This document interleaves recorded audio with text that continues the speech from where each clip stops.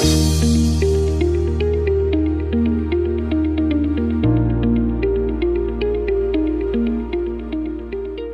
think it is fair to say the last few years have been fairly challenging, and certainly talking to some of you in the room this morning, I know that you've had a challenging year as well.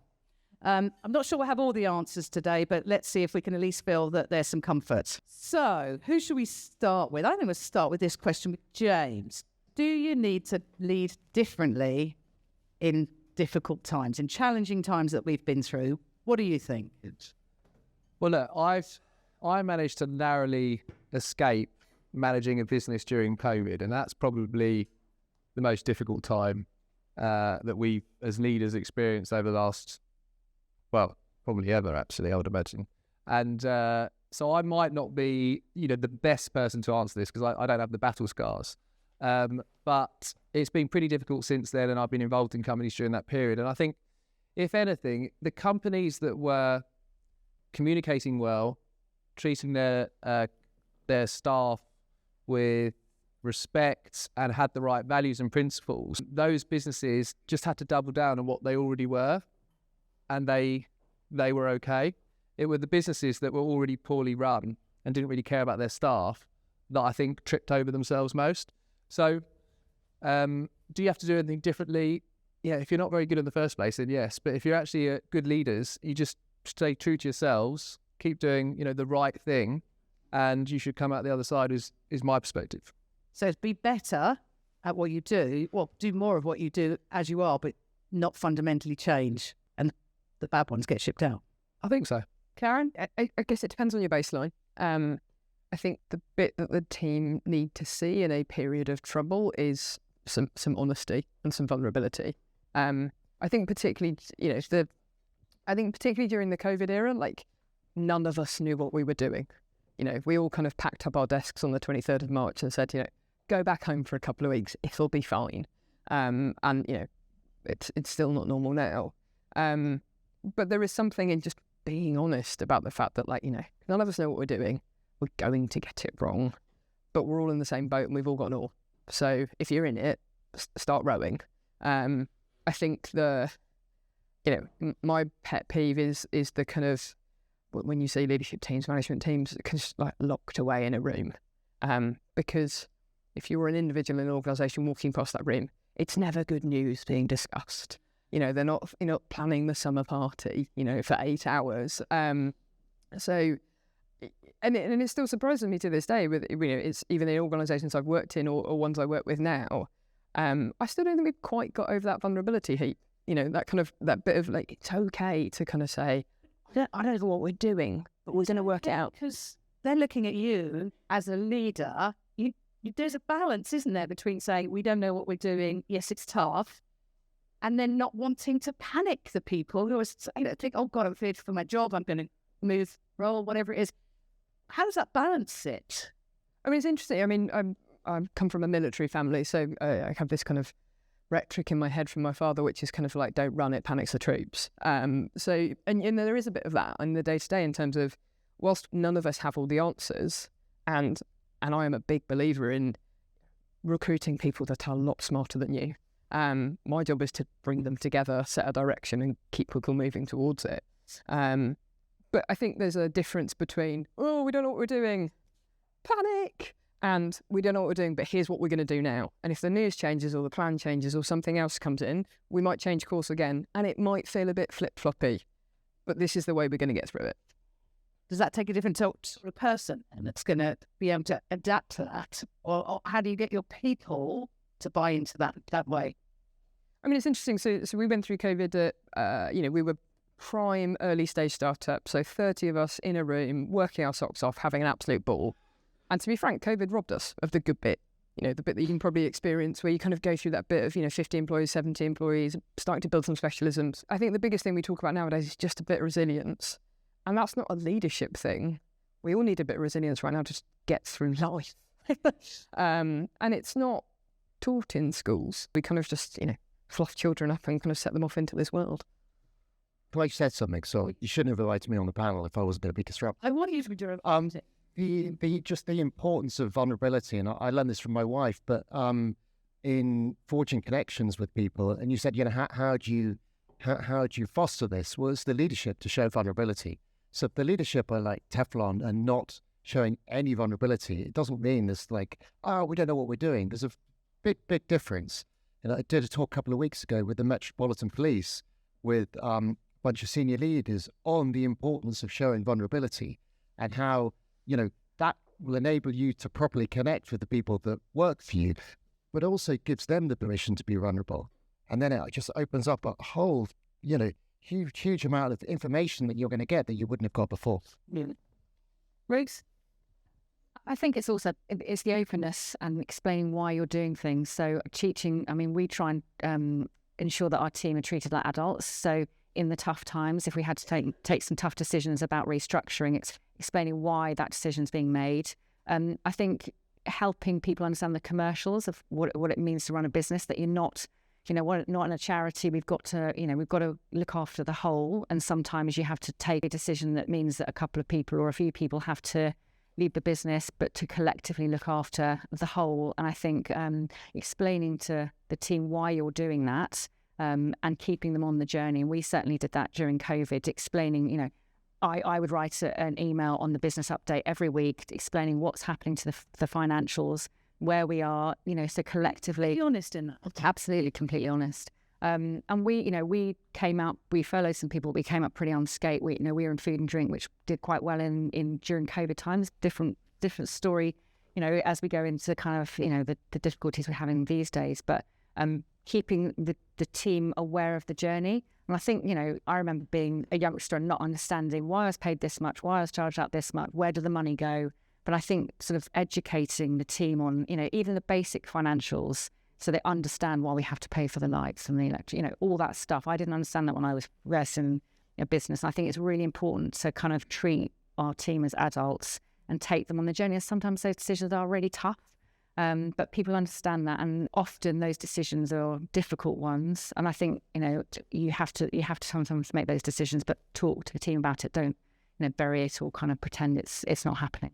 It's easier to do that with smaller organisation, isn't it? Where you're much more visible, and your presence is much more there, and physically it's easier to do that.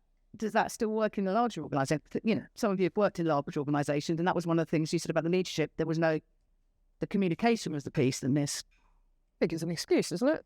I think it's a really good excuse for we're too big, I can't do it. Some of the investors we work with, we're doing daily video updates to the entire organisation. So it doesn't matter whether you've got 30 employees or 3,000 employees. Technology is no longer a barrier to communication. It's whether you want to do the effort to put it in. James, is the message you've got different stakeholders, haven't you? You've got your senior leadership team, you've got your employees as a whole.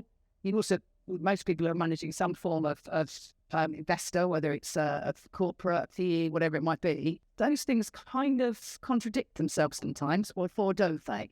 Is the message the same to all of those things? How do you manage it? Well, ultimately, every business has a shareholder, and as you were saying, Tracy, or shareholders, and that can be the public in the stock market, private equity, venture capital, could be the founders, could be lots of different people. And I think when you're managing a workforce or your staff, you need to also manage the shareholder. And so for a smaller company, that tends to be the same person, because, for startups, the CEO may well be a shareholder, or, and I think making sure that the shareholder, that the CEO or the executive team is managing the shareholder and managing the workforce, and they're aligned.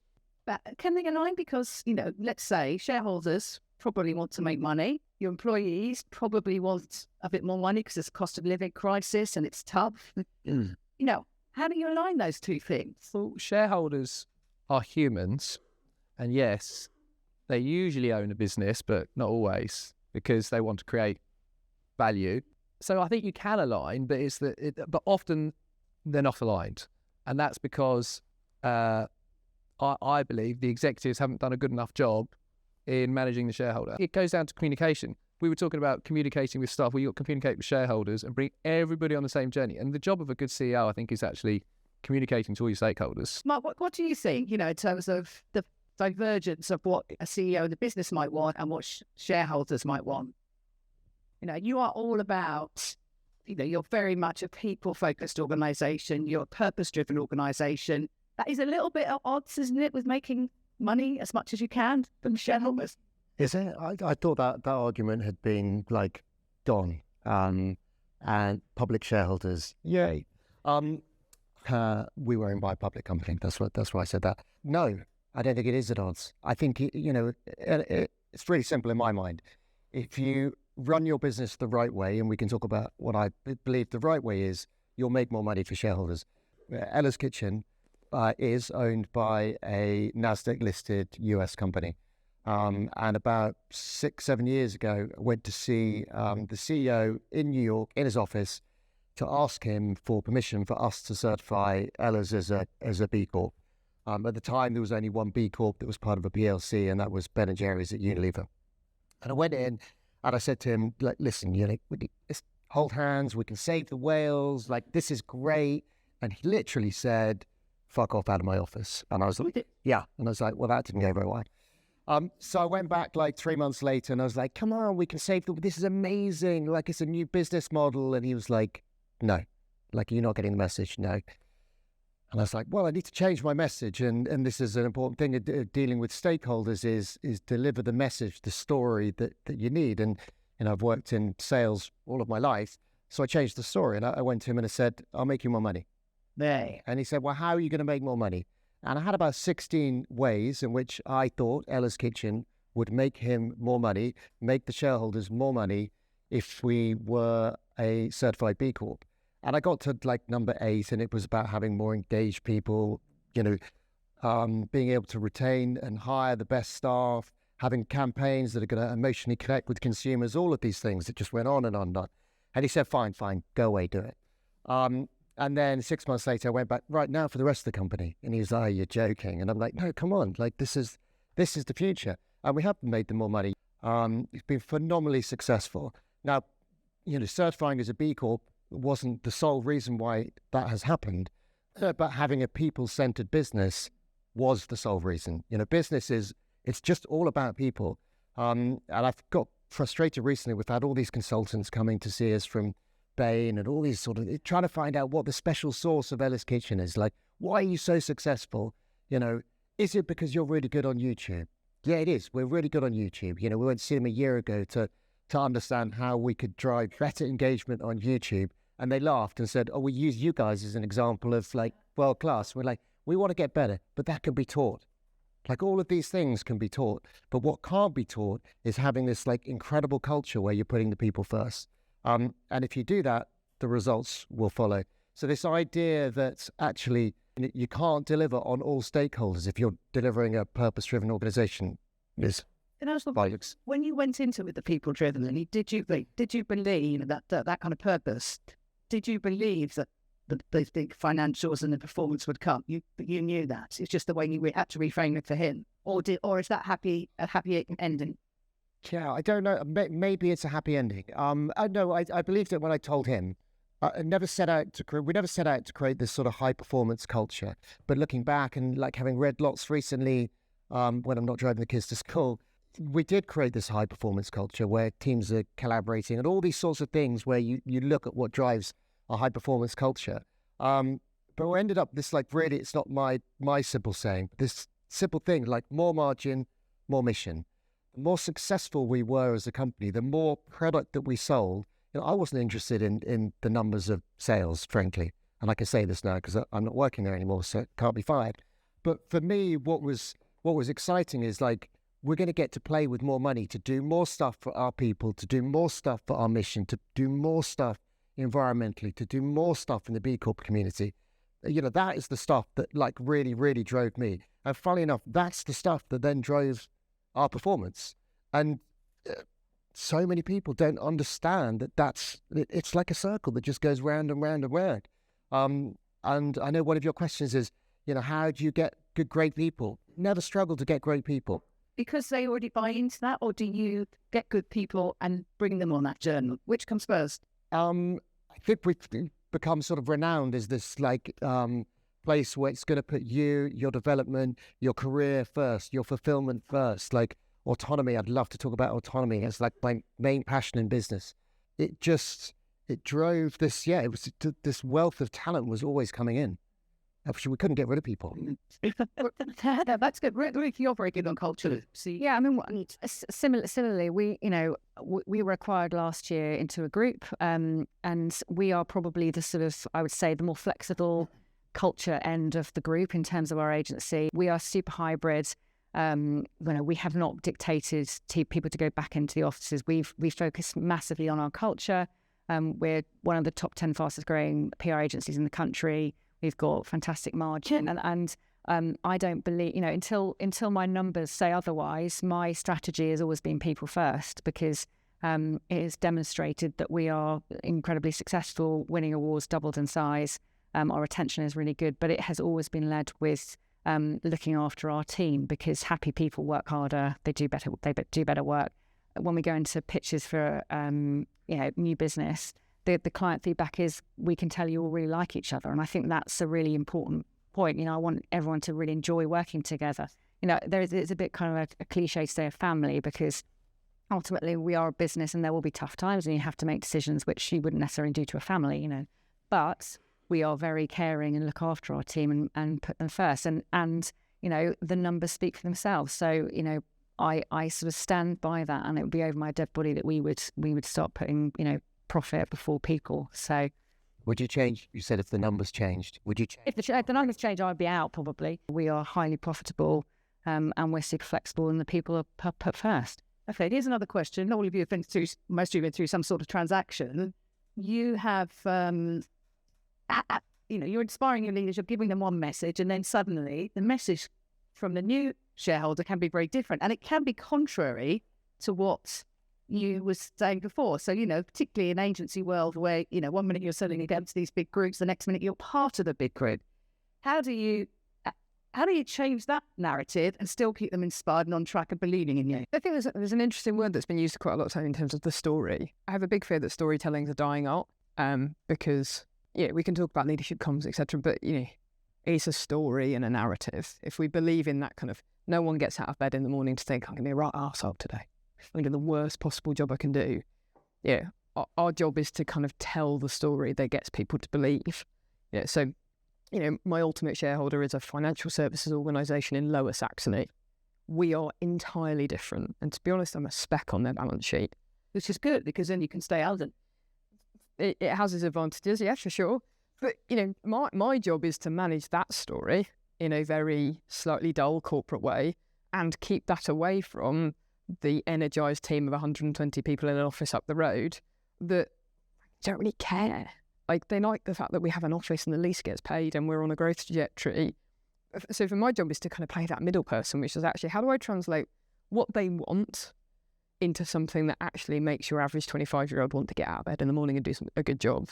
But and I see it quite often, and particularly in kind of maybe like developing managers, leaders. Often people don't go through that basic framework of like think, feel, do. What am I about to say, and what's the reaction that I want as a result of it? And I think a part of it is just we've sort of, we've lost that craft of storytelling. It's great that ChatGPT can write a deck for me. It doesn't get me it doesn't give me the feels when I read it. It's all right. You made an interesting point to me when you said that your corporate shareholder said sell more cars. And how did you translate that message to inspire the younger? Yeah, I mean, so we're about disruption, and that's the storytelling, isn't it? Yeah. I mean, so we're a used car marketplace that has basically been built to kind of sell our shareholders cars direct to consumer. Big growth in kind of online car purchasing space. If you look at, I'm going to educate you on the car manufacturing now, so feel free to look at your phones for 5 minutes. Wiring looms are made in the Ukraine. Can't build a car without a wiring loom. So the reason that there are no cars to buy at the moment is because there are no wiring looms, because there's been a fair bit going on in Russia and the Ukraine. So actually, we were launching to sell cars at a point where there were no cars to sell, which is an interesting challenge. So actually for us, it's then reframing, okay, well, maybe that's not the job we need to do today. Maybe the job that we do today is we build a brand and a product that actually, when the supply comes back, can sell cars. But if I was to translate our kind of ultimate, you need to sell cars for us and make sure people buy them on finance. Cool, that's exciting. That's mission driven. I'm really, look at me, I'm all giddy. I can't wait. But if I translate that to an organisation of 120 reasonably kind of young people that want to do things, I was like, this generation will be the first generation that buy their cars entirely online. Don't visit a dealership. Don't go to a retail park on a Saturday and have a dreadful experience. I was like, that's the bit we're influencing. And there's lots of people doing it, and there's loads of case studies from the States and India. Like, this isn't like this new fad that's not going to happen. It's happening, and we're going to be part of it, and we're going to lead from the front. That gets people in my organisation excited. I just stood up and said, we're going to sell some more cars for a big corporate in Lower Saxony. I'm like, cool. Do you know if Ella's Kitchen are hiring? I don't know, actually. I don't think it's as simple as sort of big business bad, small business good. And sometimes there is like values misalignment. But I think it's more about priorities. And unfortunately for most large businesses, most public businesses, their priorities, because of how they operate, are going to be shareholders. And that means, the numbers, it means profit, it means margin, it means sales. But there are lots of large companies that are prioritizing, their purpose, their people, society, the products that they produce. But it's all about, everybody here, if you can name the top 3 priorities of your business, are they all about money? I don't know. If they are, that tells the story itself. Money and the board meetings, you only want to talk about people. I think you're second in the... Yeah, no, I was always quite disruptive. Who'd have thought? I always wanted to talk about our campaigns. We had a campaign recently in the Houses of Parliament and stuff like that, which was, was driving engagement of the employees. It was a driving engagement with the people that we sold, the parents and everything. That's what kind of excites me, not another number. Because numbers are just numbers. We want to move on to the hybrid working, but before we do that, I just want to ask whether there is a difference between this short-term humps that we're in, or a series of them, versus long-term goals, and whether those two things, how you manage both of them, or do you keep focusing on the long-term? Who would like to take that one from me?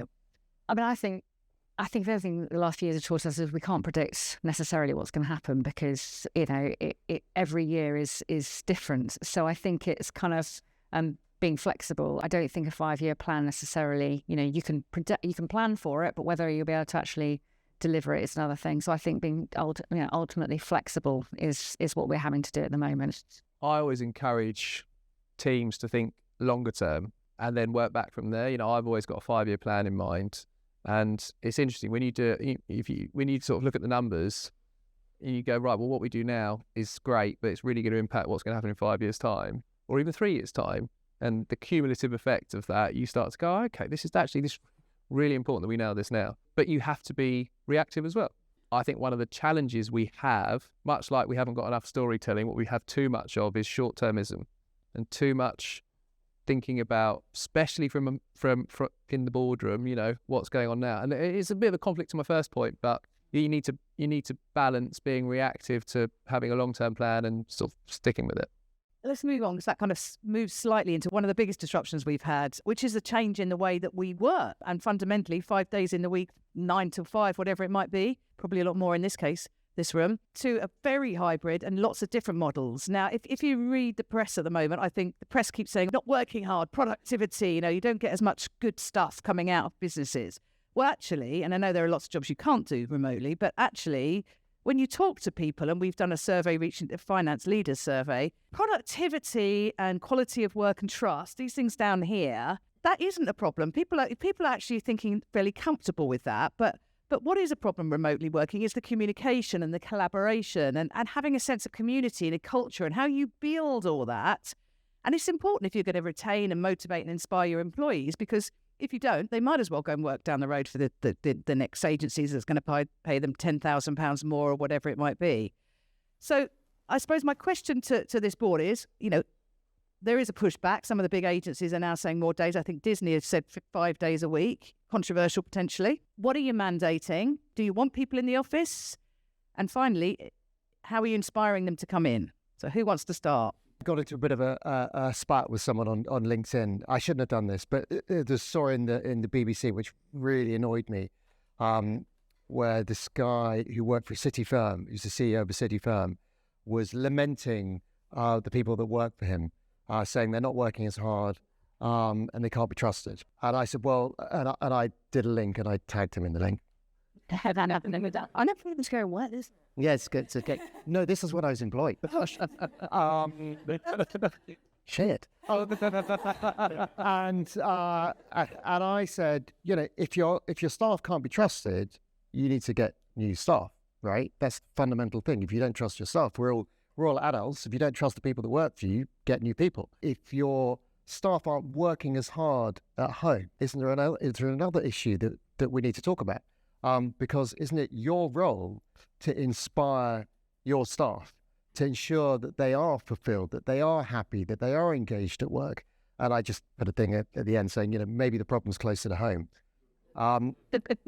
But I think it is, and whenever we talk about these things, whenever we talk about things at work, it was always the number of days, which is like, and I know that's important. Is it like, can we work from home 5 days or 4 or 3? And if you take it from 4 to 3, everybody complains and it's like a big hoo-ha.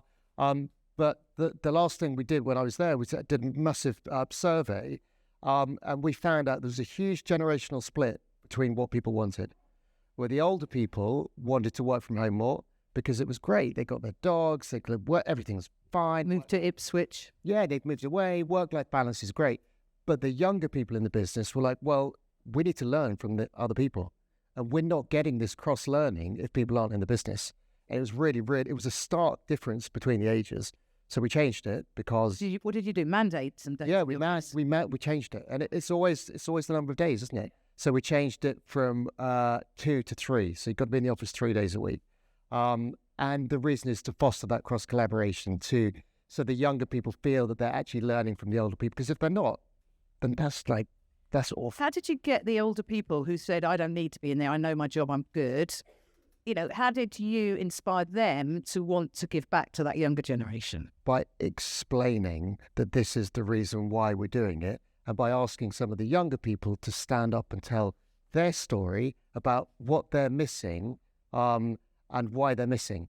So as soon as people understand, we're not telling you to come in because we're arseholes, we want to see you in 3 days a week. That's not why we're asking you to come in. We're asking you to come in because of direct feedback from the younger people in the business. So let's hear from the younger people in the business about what they need. Now, when you hear someone stand up and say, I'm at the beginning of my career, I need to earn X, I can't do that if you guys are not here. They're going to go, well, I didn't know that. No, well, now you do know. Now, how do you feel? Actually. Now, how do you feel about coming in? Well, now it's okay. Because it's not just you pointing at me, telling us to come in because you want to, you know what I mean? There's a specific reason. But honestly, we talk about stories the whole time, but if you don't communicate properly with your staff and tell them what's going on, they will misinterpret the story. Always. If you see the senior team in a meeting for 8 hours, they will think the worst. They'll think we're being sold or it's falling apart. We're all going to lose our jobs, whatever. And it'll just go around the business like that. If you don't tell people what's going on, they will always misinterpret it. Who on the panel mandates days in the office? Yeah, I've mandated for us all to be twats, Tuesday, Wednesday, Thursday. But then a company I'm involved in has a different perspective. They go, right, our job now is to really make the office experience so good that people want to come in circa 3 days a week, which I think is working for them, but not my style. I think you need to do both. you need to mandate it and then make it a good experience. Yeah. Karen, you're not mandated at all, are you? Why not? We've wrangled with this. We've probably done the... We're all still wrangling. Yeah, and I think you kind of... It doesn't matter, whichever news outlet you subscribe to kind of will tell you a different story. But apparently, the fact that we've all not gone back to work is the reason that there are no car sales anymore. So if you tried getting hold of their revenue, they haven't gone back to work. Yeah, So I guess we had a belief structure in the beginning that if you force it, it won't happen. It'll happen naturally over time. So average age of the workforce at Heycar is 26, which makes me at 40 ancient. Lots of the people are living in flat shares in London and working from the kitchen table, etc. So interesting from a generational split, we actually saw an introvert-extrovert split. So actually getting sales, marketing people back into the office, gregarious extroverts, open the doors, show me the beer fridge, I want to come back. Developers, actually, I'm quite happy sat at home in my pants doing code, and I'm really highly productive. Code. Sorry. My tonsils out 2 weeks ago. I'm still working on enunciation. For the camera. Working on code. And actually we are, we're what, two years into post-COVID world now. We're probably Tuesday, Wednesday, Thursday, we're at about 70%. So what are you doing to inspire them to want to come in? Because if you're not going to mandate, you still want those bits. How do you physically create an environment that says, I want to come into the office today rather than sit at home at the kitchen table?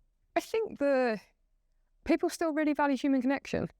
We're still at a stage where we are hiring and onboarding people. Onboarding remotely is hard. Like, I know there's tech out there. I'm sure it's brilliant, but it's hard. Nothing, you don't get that osmosis of a new person sitting next to someone that's doing the same job for the last 3 years, and that kind of like, you spot those kind of like, oh no, you've not quite understand. Like, let me help you. That, that can breed, and then 3 months later you've got, why are you doing that? Like, no, we don't do it like that. Come back over here. We geared ourselves towards things being better in the office. So, I do a weekly all hands on a Tuesday lunchtime. It's always in our kind of main kind of area in the office. It's always face to face. I'm always stood up at the front with a mic. People can zoom in, can't you? Can dial in, but it's a bit shit. And it's purposely a bit shit. Because it's better if you're in the office and people ask questions, etc. So it sounds slightly Machiavellian, like we're not purposely trying to make it crap if you were at home, but actually we are doing things that actually if you want to be in a kind of people-orientated collaborative space, yes, tech can do stuff. And I'm sure we've all done many a workshop on a Miro board. And we've all felt the fatigue at the end of that 3-hour session. So we go back to mandating. What I do mandate is if we're doing something complex, something cross-team that requires collaboration, or just from an intellectual kind of like standpoint is hard work, we're in the office and we do it in a room together. We launched our e-commerce proposition in COVID.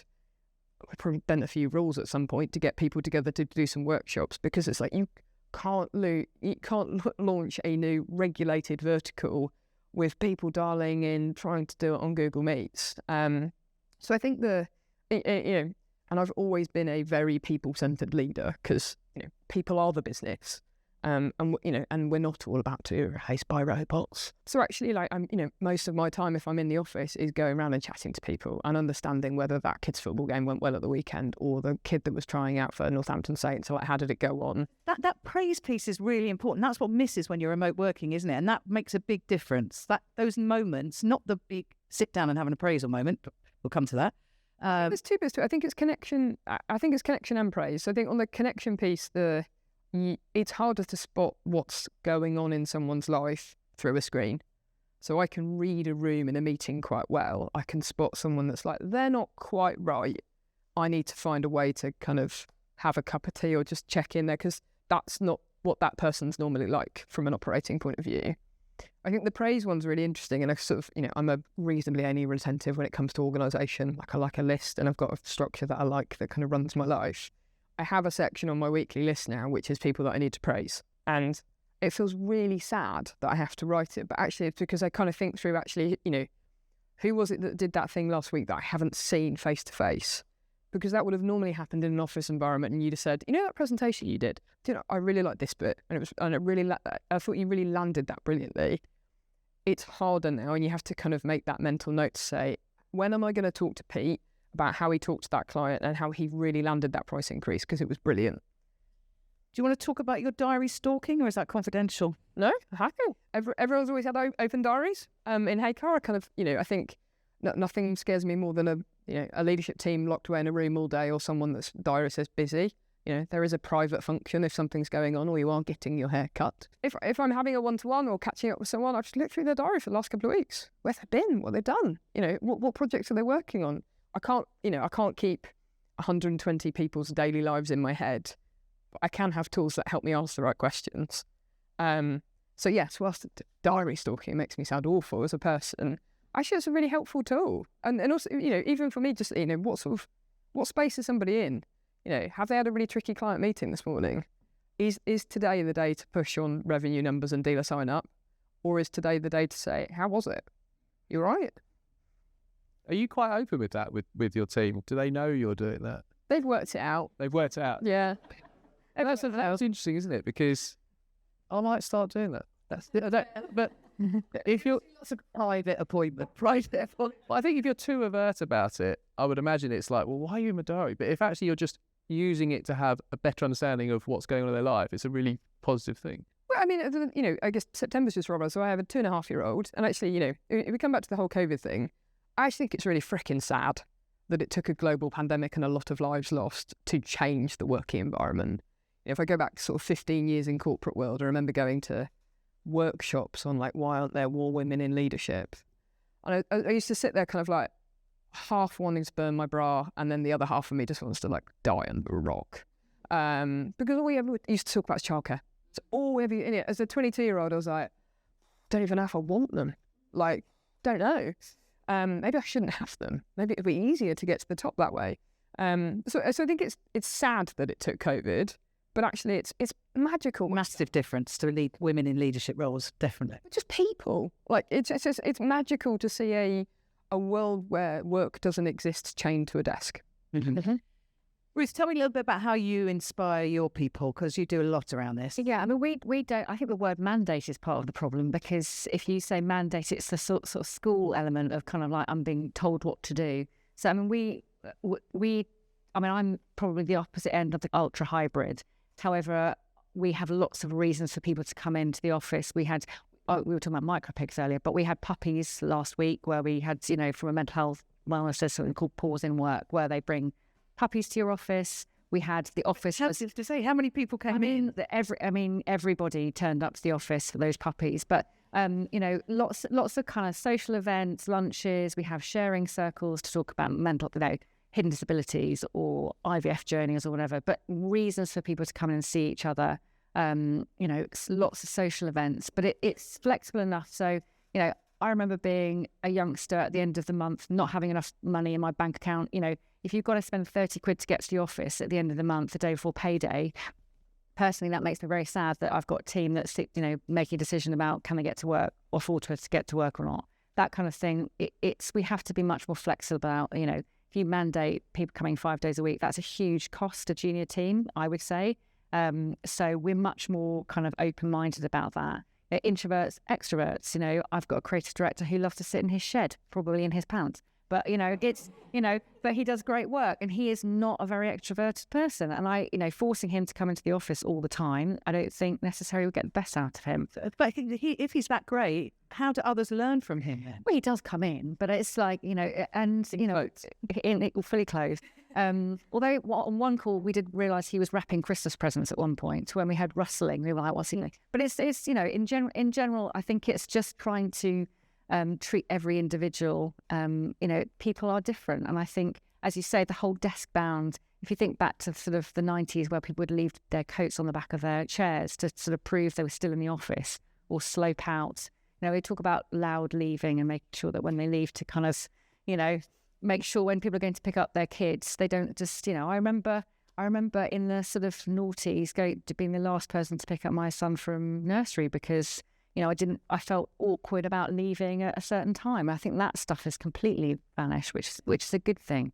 So it's trying to make it a more, and when people come in, they have a great time. There's much more, you know, people enjoy seeing each other. I'll tell you where we trip up a little bit over ourselves with the mandate, and I agree the word itself is not very user friendly, and we don't call it a mandate, but it's a mandate. Where we trip up is where we're always hiring, and we're trying to hire really good people, and we go, well, there's this really good person in Manchester, and they'd be perfect for this role, but we kind of said we need people to be in 3 days a week, and so that's the bit where we keep challenging ourselves. Can we make some exceptions to the rule? We had this conversation with our internal recruiter, and so for a tech role, we've said, right, maybe we're going to break our own rules. So you can look outside of London. She's flying somebody over in from Berlin next week, and I said, not that. I didn't mean that far. Like maybe Bristol. So I think you need to, whatever your stance, I think most people will be open-minded about changing it. So I've got a strong view on it, but loosely held. And we'll probably switch over time till we find something that works perfectly well. It doesn't exist, I'm sure. Before we move on to Paul, Ruth, can you just very quickly tell us about your happiness index? Oh, we do a weekly sort of check-in on people's mental sort of how happy are they at work. Which is on a Thursday, which is always, I mean, I'm not sure a Thursday's a good day because everyone's absolutely, you know, Thursday's kind of, people are tired. But it's been really interesting to see. We on a Monday at a company meeting, we talk about what the score was. That could be quite depressing because it does seem to kind of go along with the political landscape. So when things happen, you know, when Sir Braverman does something awful, people tend to be a bit more miserable, which is really interesting. Often people's happiness seems to have been affected by the outside media kind of, and there's only so much we can do, but it is really good. And we can check over each month how people are faring, which months are worse. So it's a really good way of kind of getting a sense check of the organisation and how people are feeling. So very quickly, because I'm conscious of you, I want to give you guys a chance to ask some questions at the end, and we are talking about just technology and artificial intelligence. Here's some stats up here. 86%, this comes from PwC, of UK CEOs are investing in automating systems and processes, and 77% of those are AI and cloud. Now, interestingly, when I talked to all of the panel on this, almost all of them went, yeah, it needs to be doing a bit more of that. And yeah, it's a priority. But it was the least area of expertise, actually. So I think this feels like one of those things we all feel we should be doing, but we don't quite know what we should be doing. So I thought perhaps the way to talk about it is just to see what tools these guys are using, anything they are using that's effective. But actually, importantly, as a CEO, how are you getting your knowledge? How are you going to be 2 years' time? You do know about artificial intelligence and you are implementing it in your business, or are we going to ignore it? Who's going to kick off for me? We certainly can't ignore it. I don't know. We've trained all our team in kind of the basics of, you know, a whole kind of where it's come from, what it means, particularly to try and sort of demystify and make sure they're not freaked out by it. We are doing some pilots kind of work in terms of using tools that automate very admin heavy tasks for the junior team. And we've been very clear with the junior team, this is not just to replace you, this is to help you do more fun things. Because we all remember being the junior team members doing the really awful, like spray mounting or whatever you did in your first job, photocopying. So it's making sure that they understand that. And just kind of tool management. We were also kind of implementing code of ethics, obviously from a kind of IP point of view and how we implement it into client work. We're really at the very first stages of it, and you know, anyone who's played around with it, it's fine to do very basic stuff, but you certainly couldn't kind of deliver it to a client at this stage. So early days. But you've done some specific workshops across the business on it, haven't you, to kind of demystify? Absolutely, yeah, and at every level, senior and junior, across every level, because I think it's really important not to sort of train the senior team and not allow the junior team to understand it. When I think about something like AI, like an innovative technology, like the first question we would ask ourselves is this going to change our industry, yes or no? And I think most people would say this is going to change our industry, depending on what industry you're in, but most industries, believe it or not, are going to get changed by AI. And the next question we ask ourselves is, what's the right timing? And this is the harder one to answer.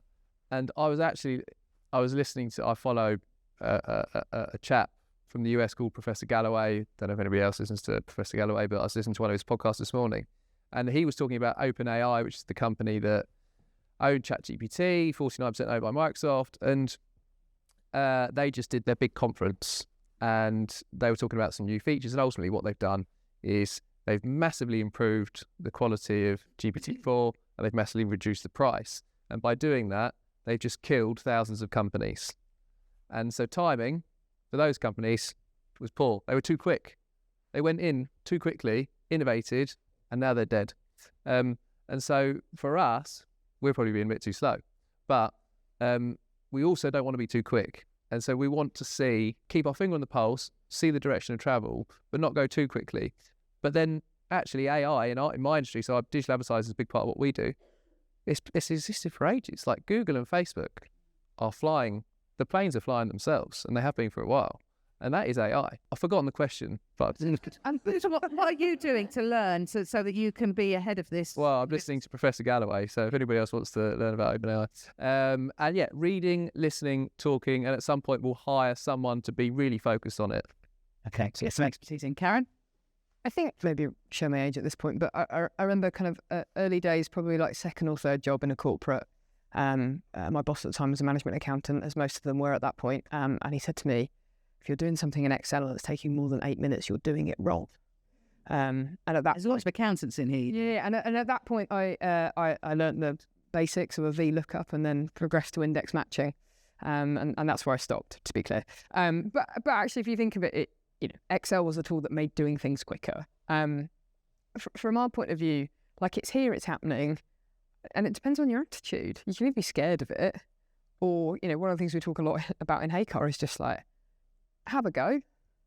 Like, well, what is the worst that could happen if you were going to have a go? If you're going to pick up the phone to that prospect that you're not sure how that, we're never going to know if we don't have a go. So we got, head of engineering, kind of respected because, a proper kind of geeky person that knows about these things and how they work. Here are the top 5 free tools and here's how you could use them. And actually we then just set everyone a bit of a sort of development journey, just to say, like, try it this week. So the next It's a task for them to actually try a AI tool. Try it this week. So actually, Pete in sales, your really long-winded emails that you say your clients love, could you just pop it into ChatGPT and ask it if it could be a bit more succinct? So do you know what? Bullet points actually help the reading, don't they? They do, Pete, they do. But I'm glad you'll take that from a robot and not me. And I played around with Discord one day. I was just like, wow, this is my next thing. I'm going to start a business on Shopify and I'll generate all the imagery on here. I was like, actually, it is hard work because I can't do SQL, and therefore we kind of like, well, this isn't helping my life. But I think as leaders, we have to encourage people to have a go at things. Most of us will use existing software in our businesses anyway. So HubSpot already developing AI tools that are kind of embedded. So I think a lot of us are going to start accessing it probably through the tools and subscriptions that we already have anyway. Yeah. It's not going to be like Terminator then. I mean, maybe it will at some point. Probably not in my lifetime. Maybe not even my daughter's lifetime. But if you go back to the kind of your first slide, the biggest thing we face as leaders is ambiguity. And AI is just another piece of ambiguity because we're not quite sure yet what it's going to do, but it's probably going to be useful at some things. And to your point, if it's a highly repetitive, low value add task, actually, the Japanese have been doing this in manufacturing for years. It's just, it's taking what would exist in a manufacturing space and bringing it into a kind of people-driven workspace. Yeah, I think the COVID generation, young people who've come in during COVID, they've got AI to deal with. They don't have their senior, people to learn from. I think it's for the younger generation, it's going to be very challenging for them. So they're better at adopting this stuff than. Yeah, I mean, I suppose it's my concern is that they will rely too heavily on those tools because, ChatGPT can give you something, but it's usually pretty vanilla and pretty average. And we need to make sure that the young generation coming into the workforce are not reliant or too reliant on those kind of tools. Because, you need a lot more than just facts. Still need people. Yeah. I think the educational piece is quite interesting. So I probably use it mostly to synthesize something long form. So actually synthesize this for me so I don't have to read a 40-page Mintel report. I can work out quickly if this is worth me reading or not. The example I had over the weekend, my niece is 15 and has now got to the glorious stage of simultaneous equations and algebra, if we all remember those. I used to love them because I'm a nerd and I like maths. Can't remember them. Actually, 10 minutes on ChatGPT, I kind of remembered how to do them again, and I was useful. That's the thing where I kind of think, okay, that could be quite handy, actually. Yeah. I think it's going to change everything. I mean, I think we're talking about the little things. As an event, Anthropy last week, and there was a guy who was very high up at Meta, then Google, is now a filmmaker, and he said at Meta they used to look 10 years out. They didn't know what was going to happen at 10 years, but that's what they used to look at. And then it was 7 years. He was like, now we can't even look 2 years. We don't know what's happening in 2 years' time. And it's not the low-paid jobs that are going to go first. Questions from our audience? Good morning. It's a question for all panel members. We spoke about a number of challenges, but one challenge that was missing is the climate emergency. And I'd like to hear from the panels what you do as a leader to not only do things in your own business to address the climate emergency, but also to address the misinformation that exists about the climate crisis, and whether you feel that is part of your leadership role to make sure that people understand what's really going on. I'll be honest, that sounds like a whole event in itself and a very important one. But has anyone? We you mentioned about B Corp being quick. We have got through the B Corp process. We're waiting for our accreditation, but it's taken us over 2 years because we were bought during that process. So we are on that journey. But part of the hybrid working is to make sure that we reduce the amount of carbon, our footprints. We are doing, we're doing a lot of things for the agency on that front. I have a stab at your first one. So I've never met a CEO that hasn't claimed they're saving the world and that their business isn't the best business in the world, particularly when it comes to with regards to the environment. Yet the world isn't being saved. And I have two challenges when I meet such CEO. The first one is prove it, because at the moment you're marking your own homework. And we saw, was it last summer, that teachers couldn't be trusted to mark the homework of kids. Surprise, surprise. And the second question, and I make it to everyone here actually, is if your business really truly is leading with regards to the environment, how is it leading and inspiring other businesses to follow you? Because that's what we need. Right now, we need the great businesses to stand up and get all the other businesses to follow them. Because if I get to net zero and no one else does, well, there's no point. Everybody needs to get to net zero. So how are we inspiring all of our suppliers? So at Ella's, we were like 100 million turnover, 100 people. There are 1 million people that work in our supply chain. So we are certified B Corp, and we've got a process in place, or we're trying to get all of our suppliers to certify as B Corps. Now, to become a B Corp, you have to take care of the environment. You have to, make all decisions for all stakeholders, all major decisions for all stakeholders. And I've never met a certification like it. And if all of the businesses in the world were B Corps, then we would be kind of okay. Yeah, beyond video conferencing, how have you embraced technologies to help with your company cultures? My day job company is all on Slack. Most of the businesses I'm involved are on Slack, and people are messaging and communicating in a completely different way. I mean, we were doing that before COVID, but just different styles of communicating. And so most of the technology we use will be all around communication. Who was it had Slack emojis in their company values? My worry on the whole subject is I think there's a danger we've all become very transactional. So I have a bit of a pet peeve that with hybrid working, like everyone rocks up to a call kind of late, mainly because everyone's got like 5 calls stacked back together, and actually there isn't time to go to the toilet, which is a sort of basic human necessity. Video conference calls is fine. Like, is it as good as being face to face in a room? I don't think so. Will it get better? Probably. This is a generational thing as well. We have a defined split in our business of the younger people love Slack. And I kind of have a bit of a mantra within the business is like, if you're sort of 5 lines deep in a thread on Slack, it probably should have been a phone call. And I like the phone. Like, I think it's a worrying, dying breed. Some of the best conversations I have with our shareholders and investors are phone calls. I'm generally outside looking at something green. But we seem to have just gone to this world of like, how can I be as efficient and productive and sedentary as possible and glued to a screen for 8 hours? I mean, the only person that really wins out of this, I think, is probably opticians in about 10 years' time. So I think there is a bit of education to be done in terms of what am I communicating, how am I doing it, what's the right method for doing it? And we had a real, we've done various different initiatives where, as soon as it gets dark outside, we tend to put some sort of challenge in that just encourages people to get out. Because actually, if you have got a workforce that are spending 3 days at home working in a back bedroom, I worry about step counts. I worry about cardiovascular health because people are just sort of chained to a desk all day. I think if you're searching for the silver bullet of tech, I don't think it's there. I think it's thinking about what's the right medium for the right thing. And I'm a big believer in the fact that it'll just never replace the human connection of having 2 people that can read body language, eye contact, sat in a room together. Those are the most, we talk a lot about, in the wellness industry now, are you present? The most present person I know is my Uncle Brian. When you are in a conversation with Brian, you're in it. You can't see the world around because he's that much of an engaging, empathetic person. I need a few more Brians.